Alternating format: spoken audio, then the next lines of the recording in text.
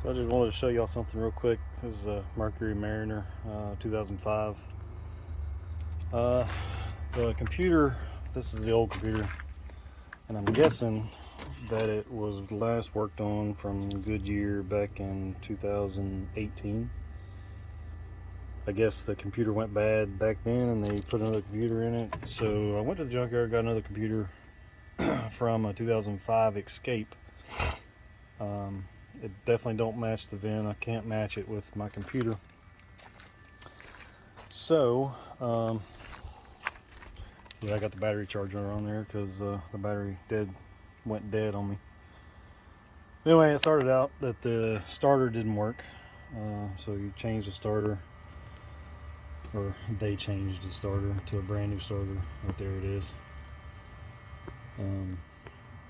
But turns out that wasn't even the problem. Problem was the computer went bad with the PATS system, Ford's passive anti-theft system.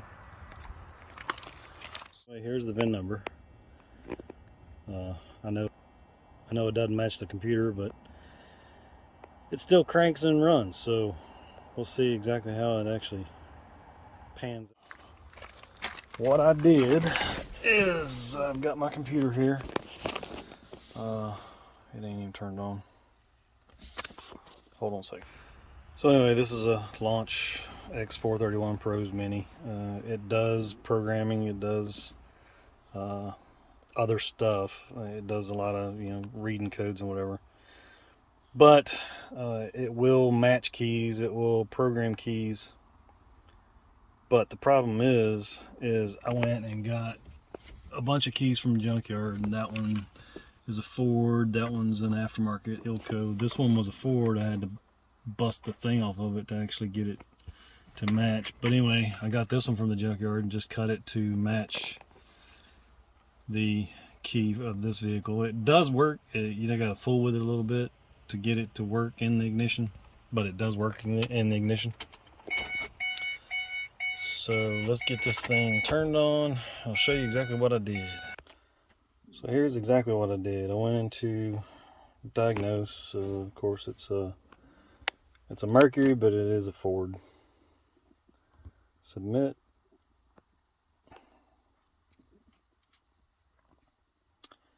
Let me get to the PATS anti-theft system, and I'll show you exactly what it does. But anyway, automatically search. It's going to come up that it is a Ford Escape. According to that computer out there, it is a Ford Escape 2005 Escape Tribute Maverick Mariner. It's pretty much the same thing. Don't know if you can see that right there or not. 3.0, which is what this one has in it. 3.0. And let's go into health reports. And this code, I'm assuming because the computer is not the right computer for it, it keeps coming up the 4x4 CAN data from the PCM powertrain control module invalid or missing. So I can't really do anything about that, but we did get the new stuff programmed, and if you put the computer in here, you'll have to reprogram the ABS, the GEM, and the instrument cluster to the new computer, because this launch computer will not rewrite VINs to new computers for whatever reason. I don't know, but it was $500, so I mean I can't complain too awfully much. It actually works pretty well. So here I am in the PCM. You can go to module information. What it'll do is it'll tell you the computer information. So anyway, here's in the PCM itself.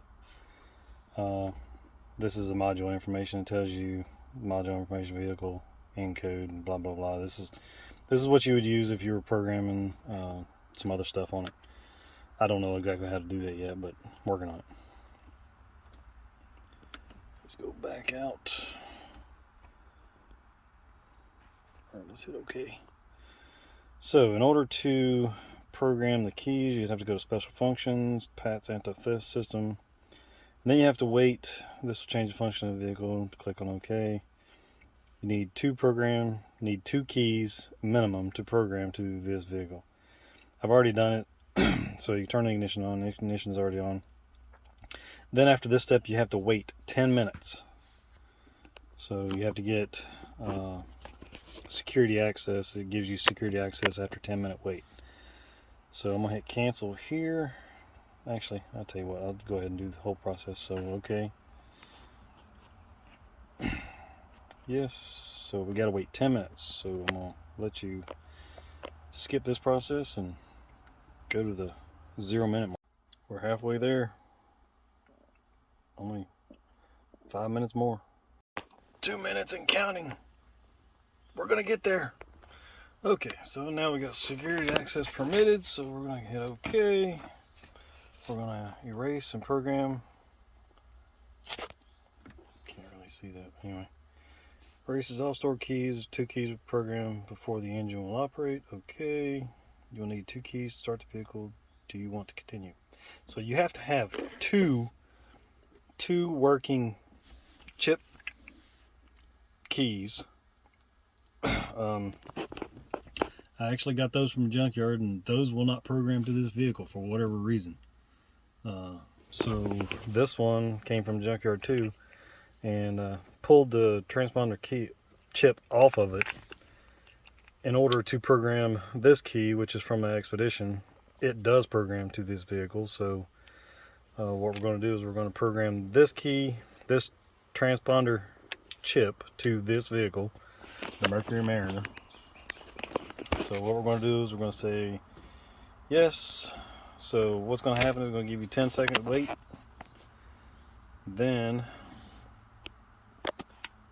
we will have to, all known keys have been erased. You must have at least 2 keys. Okay, this is the process. Turn the ignition off. Turn 1 key in the ignition for 3 seconds, then remove. Put the 2nd key in. There is no time limit on this, so you don't have to do it within 10 seconds. You just have to do it for 3 seconds, then remove the key, and then put the other one in. If you have to go in the house and find the other key, go in the house, find the other key, come back out, put that key in, and then turn it on for 3 seconds, and then turn it off.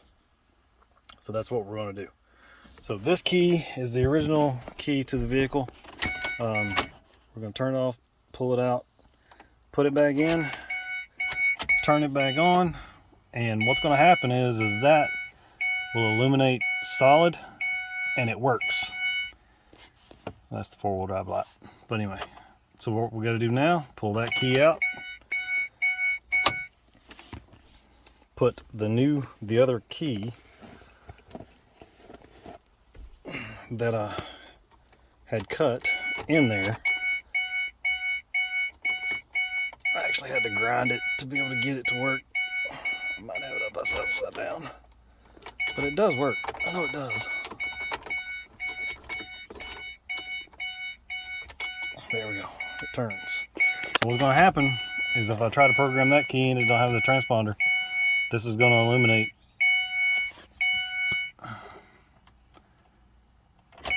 Well, it's supposed to blink really fast whenever I try to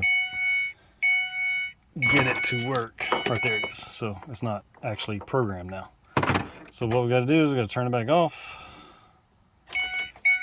We're going to take this key, put it up beside the ignition. We're going to think that it's the correct key in there. Now we have 2 programmed keys to this vehicle. So now we can actually start this vehicle.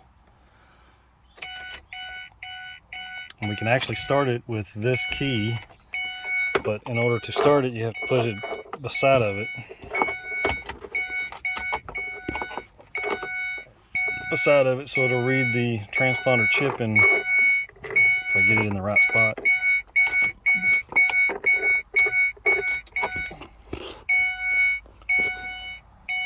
So now that light goes off, it'll crank.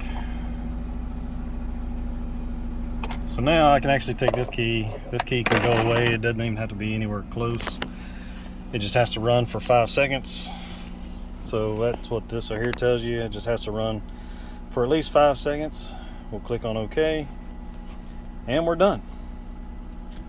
So we will go back out to the module information, and just to show you that it still is a, or let's see, it still identifies as an Escape, a Ford Escape. Let's go back out. Automatically search. Okay.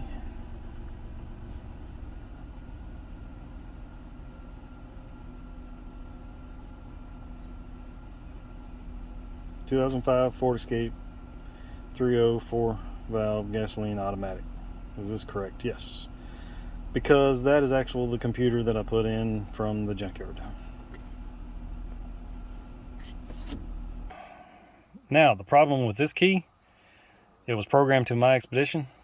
It will not work in my Expedition now because evidently the transponder in this vehicle programmed this key to this vehicle.